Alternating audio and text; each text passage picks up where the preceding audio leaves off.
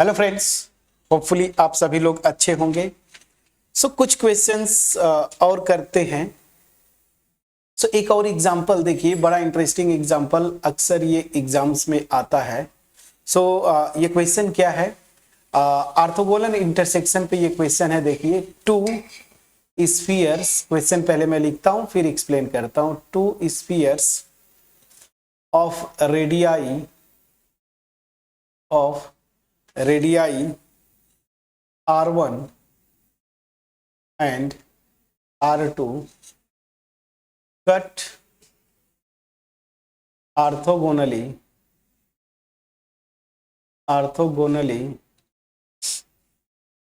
prove that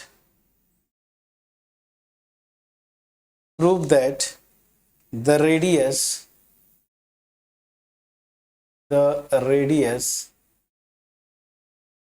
of the common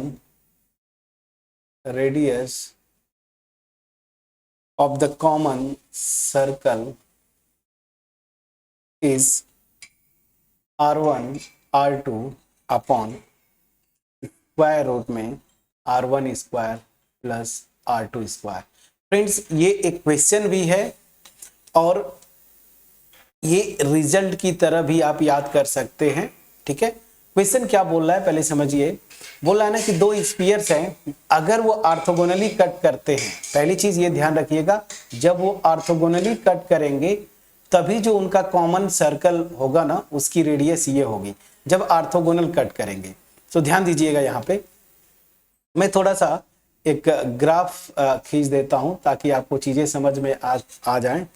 ये देखिए, यहां से ये दो स्फीयर्स हैं, थोड़ा सा प्रॉपर तो नहीं बन पाया बट ठीक है, चलिए।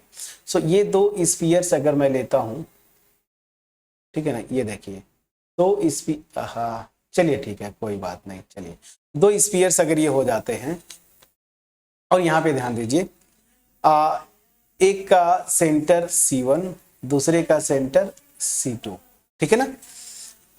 और क्वेश्चन में जो दिया हुआ है इंफॉर्मेशन, इस पे पहले फोकस करिए। पहले वाला जो स्फीयर है उसका रेडियस R1 है और दूसरा वाला जो स्फीयर है उसकी रेडियस, ये रेडियस R1 है, दूसरे वाले की रेडियस R2 है, ठीक है ना।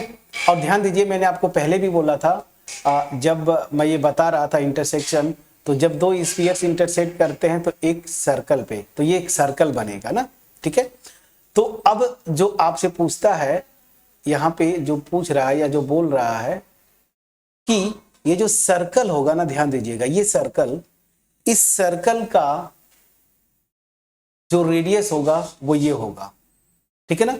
तो यहाँ पे स्फीयर्स का रेडियस आपको पता है, तो सर्कल की रेडियस ये पूछ रहा है। अब चलिए यहाँ पे ध्यान दीजिएगा, यहाँ पे मैंने क्या किया, यहाँ से परपेंडिकुलर ड्रॉप करिए, ठीक है ना। आपको समझ में आया कि नहीं? ये सर्कल का, अब सर्कल की रेडियस क्या है, तो ध्यान दीजिए, अगर इस सर्कल का सेंटर ये O है और ये पॉइंट जो आप इंटरसेक्शन P है, तो OP जो होगा, इस जो कॉमन सर्कल है ना, इसकी क्या होगी, रेडियस होगी। और मुझे यही प्रूव करना है कि जो मेरा OP है ना, वो OP क्या है, R1 R2 upon under root R1 square plus R2 square. तो बहुत इजी है इसका। अगर प्रूफ देखें, ऑर्थोगोनलिटी कंडीशन जो है, ठीक है ना, वो लगा देंगे और उसके बाद फिर जो है यहाँ पे हमको क्या करेंगे, ये जो ट्रायंगल बन रहा है C1 C2 और P, जहाँ पे P 90 डिग्री है, क्वेश्चन में दिया हुआ है ऑर्थोगोनल इंटरसेक्शन है, तो ये वाला एंगल 90 डिग्री होगा। ये पिछली बार भी हमने किया, पिछली वीडियो में भी देखा। तो यहां से इस ट्रायंगल का एरिया निकालेंगे और एरिया निकाल के फिर उसी के हेल्प से हम OP को दिखा देंगे कि ये होगा, ठीक है ना। तो चलिए, अब इस प्रूफ में या सोल्यूशन, क्वेश्चन में जैसे ये बोला कि प्रूफ करो, तो चलिए प्रूफ में या सोल्यूशन में क्या करेंगे, ग्राफ आपने बना दिया।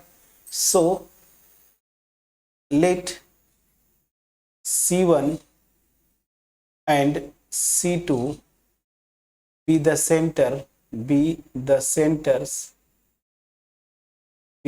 centers of the two spheres, ठीक है ना। दो जो स्फीयर्स हैं उनका सेंटर जो है C1 और C2 है, which cut विच चलिए और कर लेते हैं, which cut orthogonally, which cut orthogonally. ठीक है, अब चलिए ये ऑर्थोगोनली और इसकी रेडियस जो है वो क्वेश्चन में दिया हुआ है कि R1 और R2, तो ठीक है, रेडियाई R1 एंड R2 है। ठीक है ना। अब यहां से P में मान लेता हूं कि इनका पॉइंट ऑफ इंटरसेक्शन है, तो if P is the point of intersection, point of intersection, then from figure, ठीक है ना। यहां पे क्या क्या होगा, इन चीजों को अगर आप देखना चाहें तो पहले लिख दीजिए C1P जो मैं एज्यूम कर रहा हूं, C1P this is equal to R1, C2P जो है ये मेरा क्या है R2 है, और ये जो एंगल है C1P C2 ये क्या है π/2। ये चीजें तो ऑलरेडी हम लोग जानते हैं।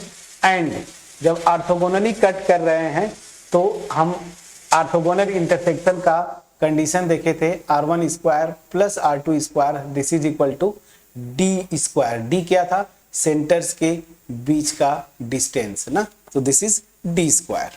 ठीक है ना, ये हो गया इक्वेशन 1। ऑर्थोगोनल इंटरसेक्शन से जो कंडीशन थी वो मैंने निकाल लिया। ठीक है ना, अब मैं आता हूं, देखिए now we will find the area ना, the area of triangle C1P C2 ना, C1P C2 का एरिया निकालेंगे। ठीक है ना, तो चलिए दिस, और यहां पे एज्यूम कर लीजिए, हालांकि मैं लिखा नहीं, मैं आपको बताया था, एज्यूम कर लीजिए लेट OP या PO ना, PO या OP be the radius of common circle। ठीक है ना, कॉमन सर्कल मतलब ये सर्कल में इंटरसेक्ट करते हैं, तो इस कॉमन सर्कल का रेडियस मेरी क्या है OP है। ठीक है ना, सो अब मैं आता हूं, इस ट्रायंगल C1P C2 का एरिया अगर आपको निकालना है तो दो तरीके से आप निकाल सकते हैं। तो क्या हो जाएगा, area this is equal to क्या हो जाएगा, आप पढ़े हुए हैं, कोई भी ट्रायंगल दिया है राइट एंगल ट्रायंगल, तो हाफ लेंथ किसका परपेंडिकुलर मल्टीप्लाइड बाय बेस। तो यहां पे अगर ये एंगल 90 डिग्री है तो ये तो हाइपोटेन्यूज होगा, तो एक परपेंडिकुलर इसमें से कोई एक होगा, दूसरा जो है बेस, तो मतलब क्या हो जाएगा हाफ R1 इंटू R2। तो यहां से आ जाएगा ये R1 इंटू R2, ये हो गया। और यही से देखिए दूसरा आप क्या करेंगे, यहां पे ये परपेंडिकुलर अगर इसको आप कंसीडर करेंगे, अब ये 90 डिग्री है, इसको भूल जाइए। ठीक है ना, अब मैं इसको परपेंडिकुलर ले रहा हूं, ये 90 डिग्री ना ऐसे परपेंडिकुलर ले रहा हूं, तो उस केस में बेस मेरा C1 C2 होगा friends. So this will be half base C1 C2 into perpendicular मेरा क्या है OP। ध्यान दीजिए इसी ट्रायंगल का मैं एरिया दो तरीके से निकाल रहा हूं, पहली बार ये जो एंगल 90 डिग्री है इसके हेल्प से, और अगली बार जो है मैं यहां से परपेंडिकुलर ये ड्रॉप कर रहा हूं ना, तो यहां से मैं निकाल रहा हूं। ये दोनों इक्वल होंगे क्योंकि इसी ट्रायंगल का एरिया निकाल रहे हैं। अब ये दोनों इक्वल हैं तो यहां से देखिए OP मेरा क्या हो जाएगा, OP equal to half half से कैंसिल हो गया R1 R2 upon C1 C2। तो यहां से क्या हो जाएगा R1 R2 और C1 C2 इक्वेशन 1 से देखिए क्या हो जाएगा, स्क्वायर रूट में R1 square plus R2 square, यहां पे लिख दीजिए यूजिंग 1। यही तो आपको क्या करना था फ्रेंड्स, प्रूव करना था। ठीक है, तो ये देखिए आप अलग अलग बुक्स देखेंगे अलग अलग तरीके से इसको निकालते हैं, बट ये सबसे इजी जो मुझे लगा वो मैंने आपको बताया। बस इस ऑर्थोगोनैलिटी का कंडीशन लगा दीजिए, इसको आगे यूज करना है। इसी ट्रायंगल का एरिया मैं निकालूंगा, एक बार ये 90 डिग्री लेके और दूसरी बार यहाँ पे परपेंडिकुलर ड्रॉप कर दिया तो ये बेस हो गया। इसके हेल्प से मैं निकाल के, चूंकि एरिया दोनों मेथड से सेम होगी तो ये दोनों को इक्वेट कर दिया। ठीक है ना। और यहां से जो है आपका ओपी जो मुझे निकालना था, यही कॉमन सर्कल का सेंटर था, सॉरी रेडियस थी, और यहां से बाई फार्मूला, फार्मूला क्या, इसका यूज करके हमने प्रूफ किया। तो ये थोड़ा सा इजी पोर्शन था जिससे हमने किया। ठीक, अब यहां पे पोलर प्लेन का कॉन्सेप्ट यूज होता है, उसको जो है हम लोग करेंगे। ठीक है ना, एक छोटा सा कॉन्सेप्ट है, हालांकि यहां से क्वेश्चन थोड़े कम बनते हैं, बट मैं यहां से थोड़ा सा आपको बताने की कोशिश करता हूं। तो चलिए, हम लोग का जो मेन टॉपिक है अब यहाँ पे जो करने जा रहे हैं वो क्या, पोलर प्लेन। ठीक है, पोलर प्लेन। अब ध्यान दीजिए, पोलर प्लेन समझने के लिए पहले एक छोटा सा डिफिनीशन है, हार्मोनिक कॉन्जुगेट। हार्मोनिक कॉन्जुगेट, इसको समझने की कोशिश करते हैं।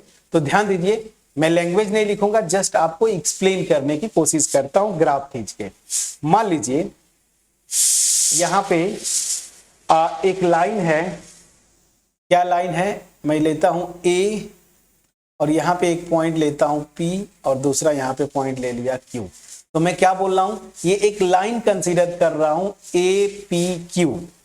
ठीक, अब इसी लाइन पे एक ऐसा पॉइंट R आपको ढूंढना है, समझिएगा, इसी लाइन पे एक पॉइंट R आपको इस तरीके से ढूंढना है, सच दैट 1/AP, ध्यान दीजिएगा 1/AP ये डिस्टेंस प्लस 1/AQ ये डिस्टेंस, और दिस इज इक्वल टू क्या है, 2/AR, 2/AR ये हो जाए। दैट मीन्स ये क्या शो करता है, ये जो मैं लिख रहा हूं, दैट इज, यहां से आप समझें, AR is harmonic mean, AR is harmonic mean of AP and AQ। AP और AQ का ये हार्मोनिक मीन है, तो उस केस में देन R को हम क्या बोलते हैं, R is called the harmonic conjugate, is called the harmonic conjugate of A with respect to points P and Q। यहां पे समझ में आ गया क्या मैं बोल रहा हूं। हार्मोनिक कॉन्जुगेट का डिफिनीशन क्या है, एक लाइन पे 3 पॉइंट्स, ऐसे भी समझे, एक लाइन लेना है, या एक लाइन पे 3 पॉइंट्स आप ले रहे हैं, A, P और Q, या फिर मैं ऐसे बोलूं, एक लाइन कंसीडर करिए APQ, इसी लाइन पे एक मुझे ऐसा पॉइंट मिल जाए R, सच दैट ये डिस्टेंसेज निकालना इस पॉइंट A से, AP, AQ और AR, तो सच दैट AR जो है ना वो हार्मोनिक मीन हो जाए AP और AQ का।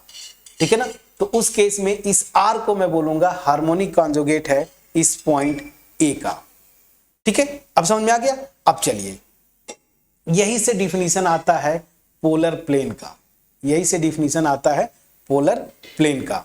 देखिए, पोलर प्लेन जो है स्फीयर के रिस्पेक्ट में आप निकालेंगे, तो ये ध्यान दीजिए, मान लीजिए ये मेरा स्फीयर है, ठीक, और यहां पे कोई पॉइंट मैं लेता हूं A, ठीक, सच दैट ये बाहर मैं पॉइंट लेता हूं, ये पॉइंट कहीं पे भी हो सकता है, बट आपको एक्सप्लेन करने के लिए मैंने ये पॉइंट बाहर लिया। अब यहां से एक लाइन मैं लेता हूं, ऐसे समझिए, ये लाइन मैंने लिया सच दैट कि A से जो पास होने वाली लाइन है इस स्फीयर को 2 पॉइंट पे कट करेगा, P और Q पे। और ध्यान दीजिएगा ये सरफेस पे है ना, ऐसे आपको दिख रहा होगा तो ये सर्कल नहीं है, मैंने आपको इमेजिन करवाया था ये स्फीयर है, तो ये लाइन जो है सरफेस को 2 पॉइंट पे, मान लीजिए P और Q पॉइंट पे मीट करती है इसके सरफेस पे। ठीक है, यहां पे समझ में आ गया। अब यहां पे इसी लाइन पे एक पॉइंट आपको लेना है ना, मतलब इसी लाइन पे एक पॉइंट R है जो कि क्या है, हार्मोनिक कॉन्जुगेट है इस पॉइंट A का, समझिएगा, इस पॉइंट A का हार्मोनिक कॉन्जुगेट है। तो ये जो R है ना, इसी का लोकस, ठीक है ना, इसी का लोकस जो आपको लेना है उसी को हम क्या बोलते हैं, पोलर प्लेन बोलते हैं। वो क्या होगा, लोकस एक प्लेन होगा और इसी प्लेन को हम क्या बोलते हैं, पोलर प्लेन। और उस केस में जो इसका लोकस जो प्लेन आ रहा है ना, उस प्लेन का मतलब पोलर प्लेन का इस पॉइंट ए को क्या बोलते हैं? पोल बोलते हैं। समझ में आ गया? तो चलिए अब मैं जो आपको एक्सप्लेन किया उसी को मैं डिफाइन कर देता हूं। तो चलिए, इफ एनी पॉइंट, ऐसे लिखता हूं, if any line through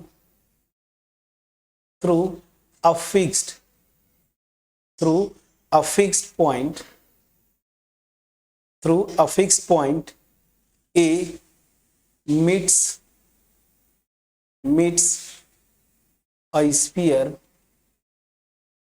a sphere in P and Q, दो पॉइंट्स P और Q पे मीट करता है, then the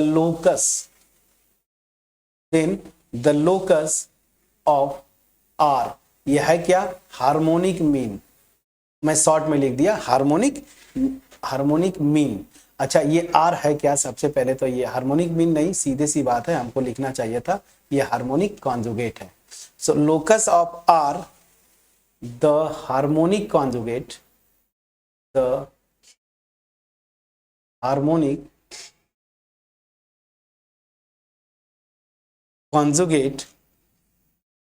of A with respect to P and Q is defined as the polar of A with respect to given sphere। ठीक है ना? इस sphere के रिस्पेक्ट में हम इसको क्या बोलते हैं? पोलर बोलते हैं। जो लोकस होगा, प्लीज समझिएगा, जो लोकस होगा उसी को हम क्या बोलते हैं? पोलर। ठीक है? अब चलिए, अब यहां से इस पॉइंट जो मैंने लिया है ना ए, ठीक है ना, जो मैंने पॉइंट लिया है ए, इसी को हम क्या बोलते हैं? पोल बोलेंगे इस पोलर का। ठीक है ना? सो डिफिनीशन जो मैंने लिखा इसको बहुत केयरफुली आप देखें।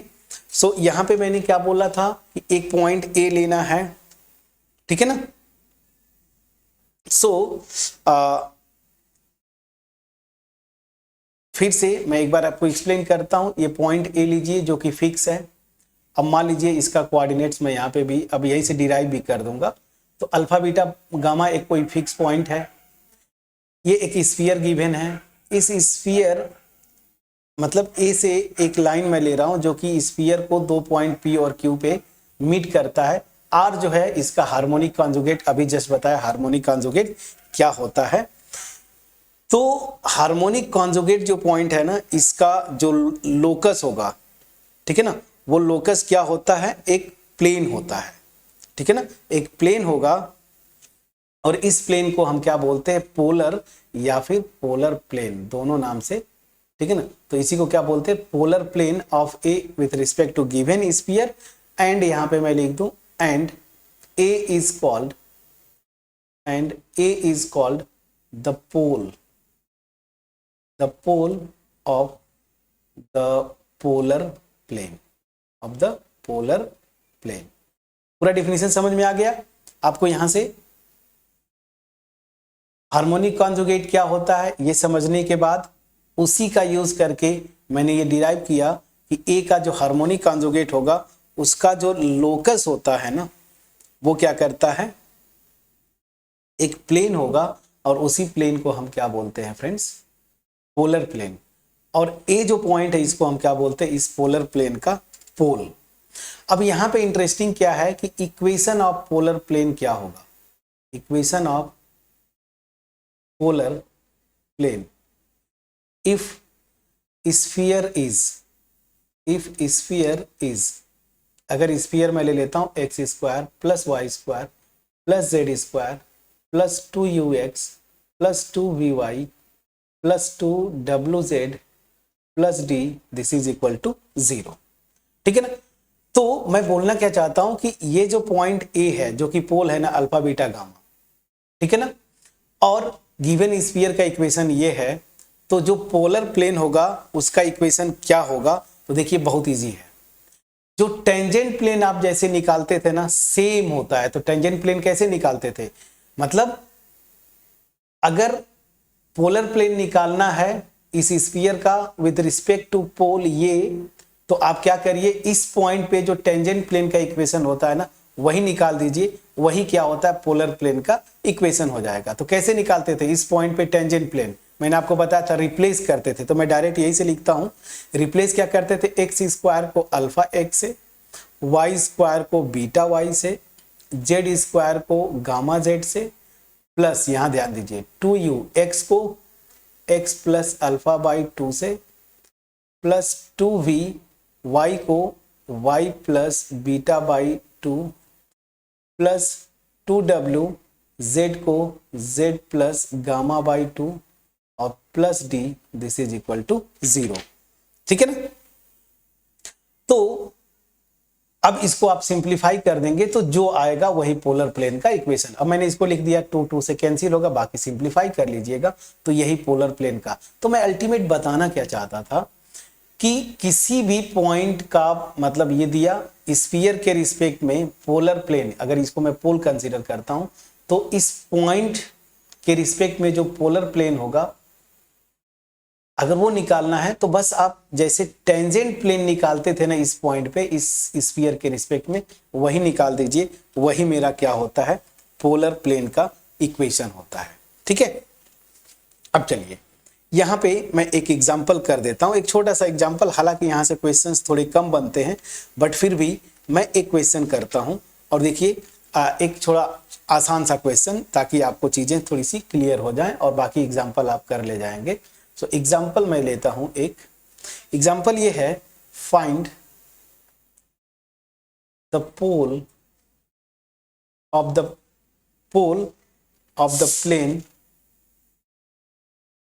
Plane Lx plus My plus Nz, this is equal to P with respect to the sphere x square plus y square plus z square, this is equal to a square। ठीक है ना। तो चलिए solution मैं निकालने की कोशिश करता हूं। अब देखिए इस क्वेश्चन में क्या है, बहुत इजी है, अभी जस्ट आपने निकाला। क्या पूछ क्या रहा है, यहां पे ये एक स्फीयर है जो कि आपको दिया हुआ है, ठीक, ये स्फीयर है और आपको बोल क्या रहा है ना कि ये जो प्लेन है ना इसका पोल निकालिए। पोल मतलब याद रखिए जो फिगर में आपने बनाया था ना ए, तो मान लीजिए ये अल्फा बीटा गामा, तो आपको पूछ रहा है ना कि यही अल्फा बीटा गामा आप निकालिए, क्या होगा, प्रोवाइडेड इस पोल के रिस्पेक्ट में जो ये प्लेन है ना यही क्या होगा पोलर प्लेन होगा। अब ये सी बात है, ये पोलर प्लेन ही होगा। तो देखिए क्या करना है, मैं क्या करूं, इस पॉइंट का के रिस्पेक्ट में पोलर प्लेन निकाल लूं, इस पॉइंट का पोलर प्लेन इस स्फीयर के रिस्पेक्ट में, और जो पोलर प्लेन आएगा वो एग्जैक्टली यही होगा क्योंकि क्वेश्चन में भी दिया हुआ है कि यही पोलर प्लेन है, और वहां से मैं कंपेयर करके ये अल्फा बीटा गामा निकाल लूंगा। अल्टीमेट हमें अल्फा बीटा गामा ही निकालना है। तो मैं एज्यूम क्या करता हूं, चलिए लेट अल्फा बीटा गामा, ठीक है ना, मैं ए लिख दिया, this be the pole of the plane Lx plus My plus Nz, this is equal to P। इसको मान लीजिए इक्वेशन 1, ठीक है ना। तो अब ये सी बात है, ये इस पॉइंट का ये प्लेन पोलर प्लेन होगा और मैं पोलर प्लेन का इक्वेशन निकालूं तो ये और जो पोलर प्लेन का इक्वेशन निकालूंगा ये दोनों सेम होंगे। अब मैं आता हूं now equation of polar plane with respect to given circle, sorry given sphere, circle नहीं, बार बार सर्कल आता, गिवन स्फीयर। क्या था, मैंने बोला था ना कि टेंजेंट प्लेन जैसे निकालते हैं ना, तो इस स्फीयर के रिस्पेक्ट में इस पॉइंट का पोलर प्लेन निकाल लीजिए। रिप्लेस करिए क्या, एक्स स्क्वायर को अल्फा एक्स, वाई स्क्वायर को beta Y, plus Z square को gamma Z, this is equal to A square. ये क्वेश्चन में आपको दिया हुआ है। सिंस अब ये जो क्वेश्चन में दिया ये भी पोलर प्लेन है इसका, और पोलर प्लेन गिवन इंफॉर्मेशन से मैंने निकाला, ये दोनों आइडेंटिकल होंगे। So since 1 and 2 are identical, तो क्या हो जाएगा, कोफिशिएंट कंपेयर करिए तो क्या हो जाएगा, आप कोफिशिएंट को कंपेयर करिए। So alpha by L X का coefficient, this is equal to beta by M, this is equal to gamma by N, this is equal to A square by P. Please check करिएगा। अब यहां से मुझे alpha beta gamma निकालना है, इसके help से अल्फा मेरा क्या हो जाएगा, L A square by P, beta मेरा क्या हो जाएगा, M A square by P, और गामा क्या हो जाएगा, N A square by P. आ गया फ्रेंड्स। सो बस यही तो पोल है, हमें यही तो निकालना था ना कि अल्फा बीटा गामा क्या होगा। सो पोल ए क्या हो जाएगा, यही से देखिए अल्फा की वैल्यू निकाल लिया, L A square by P, M A square by P, N A square by P. ठीक है, चलिए यही मेरा आंसर हो गया। तो इस तरह से क्वेश्चन जब भी बनेंगे, अब एक आइडिया लग गया आपको, तो यहां से क्वेश्चन कर सकते हैं। तो हमेशा याद रखिए, फिर से रिकॉल करता हूं, हार्मोनिक कॉन्जुगेट जो पॉइंट की बात करता हूं, किसी एक पॉइंट का हार्मोनिक कॉन्जुगेट दूसरा एक पॉइंट होता है, और मैंने डिफिनीशन आपको बताया यहाँ पे। ठीक है ना, पोलर प्लेन का जो डिफिनीशन होता है कि एक पॉइंट लीजिए और ये यहां से एक लाइन ड्रॉ करिए गिवन स्फीयर पे, अगर ये दो पॉइंट्स पे मीट करता है तो आप इसका हार्मोनिक कॉन्जुगेट एक पॉइंट जो आएगा ना, इसी का लोकस एक प्लेन होता है जिसको हम क्या बोलते हैं, पोलर या पोलर प्लेन, दोनों नाम शॉर्ट में पोलर बोलते हैं। तो पोलर प्लेन, ठीक है ना, ऑफ दिस पॉइंट ए, और ए को क्या बोलते हैं, इस पोलर प्लेन का पोल। ठीक है, पोलर प्लेन का इक्वेशन अगर निकालना है इस स्फीयर के रिस्पेक्ट में इस पॉइंट का, तो आप सीधे टेंजेंट प्लेन का जो इक्वेशन आता है ना, वही होता है पोलर प्लेन का इक्वेशन। मैंने यहाँ पे आपको बताया था। अब इस क्वेश्चन में भी यही दिया था, ये प्लेन जो है, ठीक है ना, कोई एक पॉइंट है उसका पोलर प्लेन है, क्वेश्चन में दिया यही ना कि पोल निकालिए, मतलब इस पॉइंट का ये पोलर प्लेन है with respect to this sphere. ठीक, तो मैं मान लेता हूं कि चलिए इसका जो पोलर प्लेन है वो पोल है वो अल्फा बीटा गामा है। ठीक है ना, तो ऑब्वियस ही बात है, ये जो होगा इसका पोलर प्लेन है विद रिस्पेक्ट टू स्फीयर, और मैं जो फार्मूले से जानता हूं तो इस पॉइंट का पोलर प्लेन निकाल लिया। अब चूंकि ये भी पोलर प्लेन है, ये भी पोलर प्लेन है, उस पोल का, ये दोनों आइडेंटिकल होंगे, आइडेंटिकल मतलब सेम होंगे, तो यहां से कोफिशिएंट को कंपेयर किया, अल्फा बीटा गामा एज्यूम किया, वो निकाल लिया, तो यहां से ये मेरा निकल गया, इसका कोऑर्डिनेट्स बोलिए या पोल। क्लियर हुआ फ्रेंड्स। सो थोड़ा सा मैंने इसको मे बी जल्दी से बताया, क्योंकि ये सर्कल में आप किए थे बिल्कुल ऐसे ही, वहां पे भी कुछ डिफाइन करते थे, वहां पे पोलर लाइन बोलते थे, और ऐसा ही कुछ था, आप ध्यान दीजिए, ऐसे ही कुछ था डिफिनीशन। तो अब स्फीयर में इतना ही फ्रेंड्स। ठीक है, होपफुली मेरा एफर्ट आपके पास पहुंच पाया होगा, और मैं इतना विश्वास करता हूं कि अब यहां से कोई भी स्फीयर पे क्वेश्चन आएगा, कम से कम आप अटेम्प्ट जरूर करेंगे। आंसर मिलना न मिलना अलग इशू है फ्रेंड्स, आप अटेम्प्ट प्रॉपरली करेंगे, प्रैक्टिस करेंगे, अपने आप देखेंगे क्वेश्चन समझ में आने लगेंगे। तो यहाँ पे अब इसको फिनिश करेंगे। ज्योमेट्री में अब हम शुरू जो करेंगे नेक्स्ट टॉपिक, वो कोन करेंगे या फिर सिलेंडर। कोन और सिलेंडर दो बचे हुए हैं। आप एनईपी का अगर देखें तो जो जिस यूनिट की बात कर रहा हूं, तो वहां पे स्फीयर, कोन और सिलेंडर। ठीक है, तो अगर कोई डाउट है कमेंट सेक्शन में जरूर लिखिएगा। वीडियो अगर पसंद आई हो फ्रेंड्स के साथ शेयर करिए। सो मिलते हैं नेक्स्ट वीडियो में, तब तक अपना ख्याल रखें, पढ़ाई करते रहें। Thank you so much.